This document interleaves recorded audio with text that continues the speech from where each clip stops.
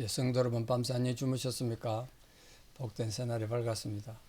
함께 찬양 드리며 하나 예배드려 나가겠습니다. 485장 예전 차서 534자입니다. 세월이 흘러가는데 오늘 가사 내용이 욥의 고난을 많이 생각하게 합니다. 485장 찬양 드립니다.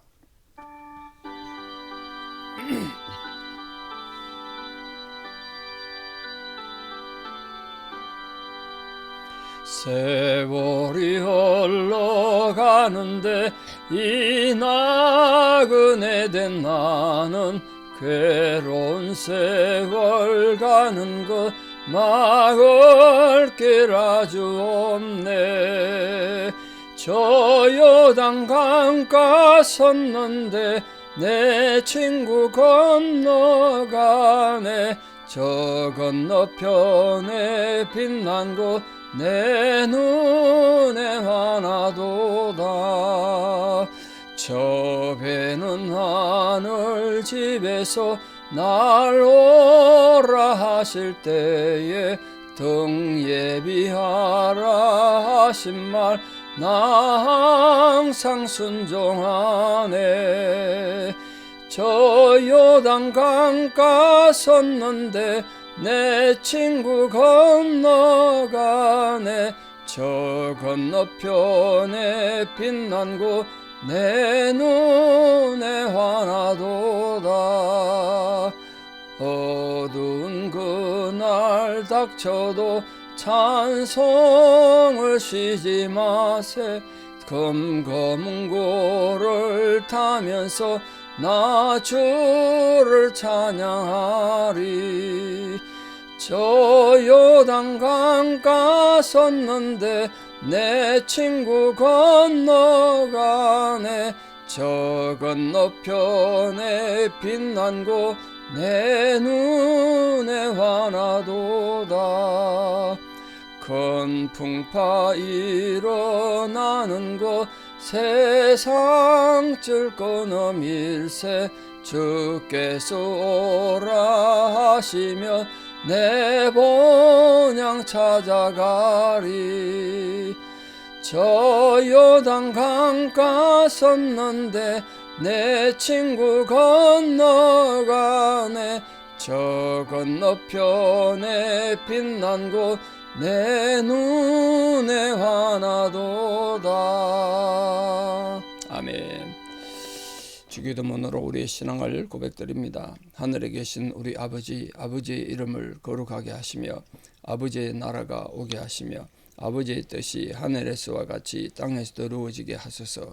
오늘 우리에게 일용할 양식을 주시고 우리가 우리에게 잘못한 사람을 용서하여 준 것 같이 우리 죄를 용서하여 주시고 우리를 시험에 빠지지 않게 하시고 악에서 구하소서. 나라와 권능과 영광이 영원히 아버지의 것입니다. 아멘. 2025년 10월 2일 목요일 새벽입니다. 하나님 주신 말씀 욥기 6장 1절에 7절입니다. 욥기 6장 1절에 7절 봉독에 올립니다. 욥기 6장 1절입니다. 욥이 대답하여 이르되 나의 괴로움을 달아보면 나의 파멸을 저울 위에 모두 놓을 수 있다면 바다의 모래보다도 무거울 것이라. 그러므로 나의 말이 경솔하였구나. 전능자의 화살이 내게 박힘에 나의 영이 그 독을 마셨나니 하나님의 두려움이 나를 엄습하여 치는구나. 들나귀가 풀이 있으면 어찌 울겠으며 소가 꼴이 있으면 어찌 울겠느냐. 싱거운 것이 소금 없이 먹히겠느냐. 달게 알 흰자위가 맛이 있겠느냐. 내 마음이 이런 것을 만지기도 싫어하느니 끓이는 음식물 같이 여김이니라. 아멘. 예, 욥기 자체가 시라서 그런지 문장들이 제가 문학 전공자 입장에서는 읽으면서 감탄을 금할 수 없습니다. 이런 표현을 하다니. 자, 이 욥기 6장과 7장은 앞에서 우리 봤던 엘리바스 첫 번째 변론에 대한 욥의 답변을 아주 수사학적으로, 쉽게 말해서 형이 아주 아름답게 이렇게 묘사를 하고 있습니다. 다른데 비유해서 그 문학적인 탁월한 기법을 수사하기라 그러는데 그렇게 욥이 지금 고백하고 있습니다. 욥이 문학을 공부했는지 대단한 고백을 합니다. 특히 세 가지를 하는데 오늘 본문에 욥의 독백이 나옵니다. 자기 스스로 독백. 누구한테 말하는 게 아니라 자기 스스로 독백이고, 근데 친구에 대한 비난, 친구들이 자기 형편도 모르면서 지금 막 얘기하는 거기에 대한 비난과 너희들 생각하는 것처럼 내가 죄인이 아니다. 자꾸 죄를 회개하라 그러니까 자기 변호를 하고 그런 가운데서 하나님을 향한 자기 간절한 소원을 이룸으로써 이 욥의 첫 번째 답변이 이루어지겠습니다. 앞으로 그 부분에 좀 눈여겨봐 주십시오. 특히 이 6장에서는 비록 욥이 신앙의 눈으로 볼 때 하나님 뜻에 의해서 고난받는 건데 인정하겠다, 순종하겠다, 하나님 주신 고난이라면 그렇지만 인간들 친구들이 위로한다시 와가지고 막 회개하라 그런 건 자기 그 부당하다, 비난이 부당하다 그런 건 인정 못하겠다는 거예요.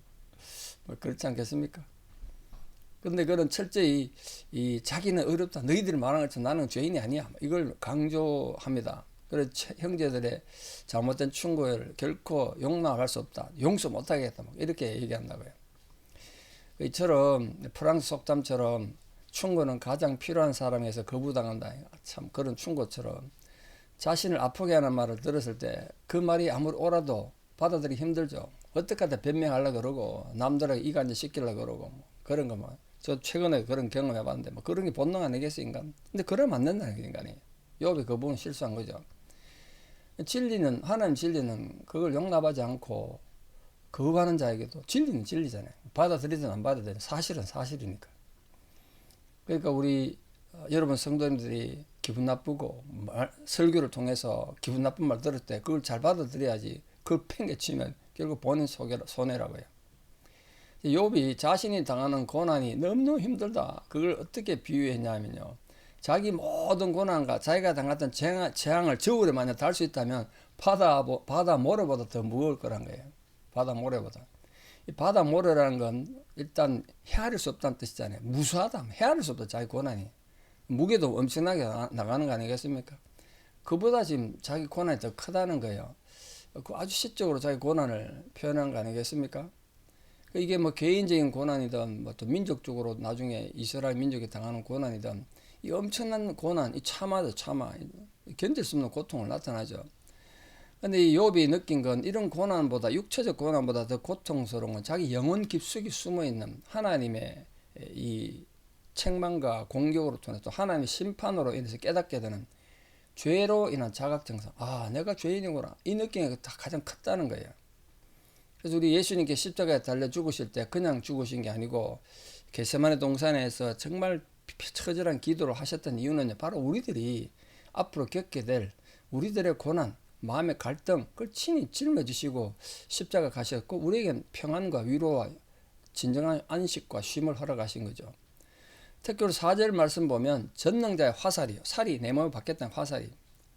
전능자의 하나님이 나를 향해 화살을 쏴서 그 내 몸이 바뀌었어.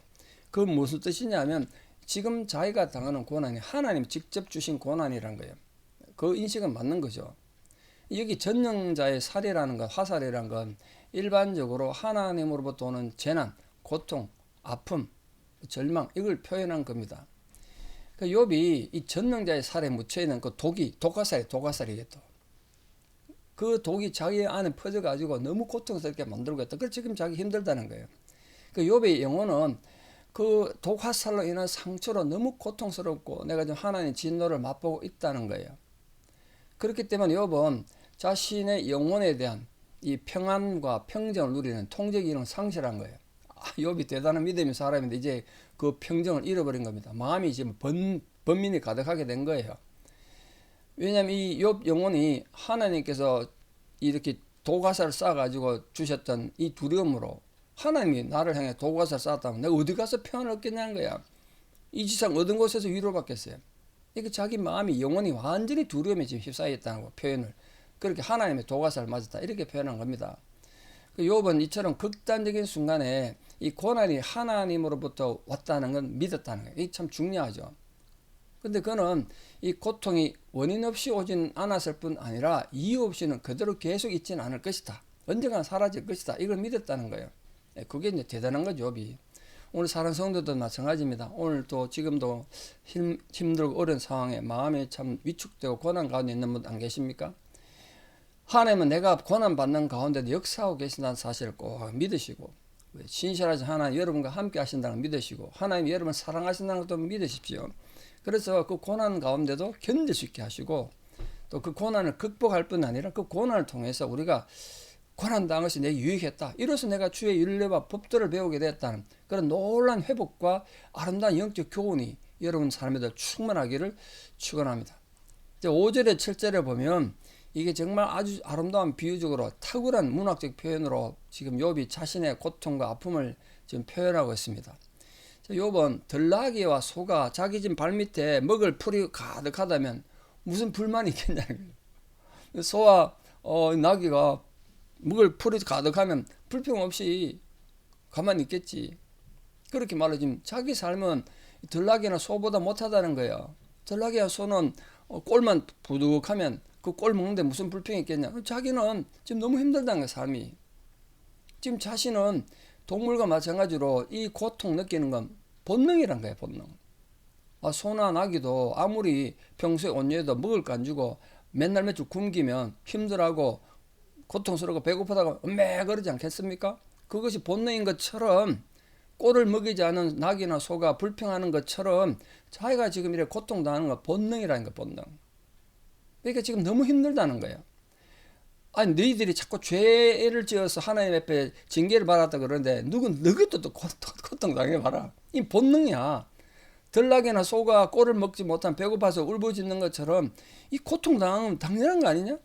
그 힘든 건 당연한 거지. 이 절망 자체가 너무 어렵다. 그걸 지금 말하는 거예요. 특히 욥은 자기가 당하는 고난의 원인을 도무지 알 수 없잖아. 욥은 지금 이유를 모르잖아. 우리는 이유를 알지만. 그렇게 자신의 친구들이 자기에게 충고하는 말들을 이해를 못하고 받아들일 수 없는 거야. 오히려 충고한답시고 위로한답시고 하는 친구들의 말이 욥을 더 괴롭히는 거야. 지금 너무너무 힘들어. 고통을 가중시키고 있잖아요. 그걸 지금 음식물에다가 비유합니다. 비유가 참 탁월하지 않습니까? 싱거운 것이 소금 없이 먹히겠느냐. 여러분 우리 설렁탕 먹는데 소금 하나도 안 넣고 먹으면 정말 힘들잖아요. 간이 안 맞으면.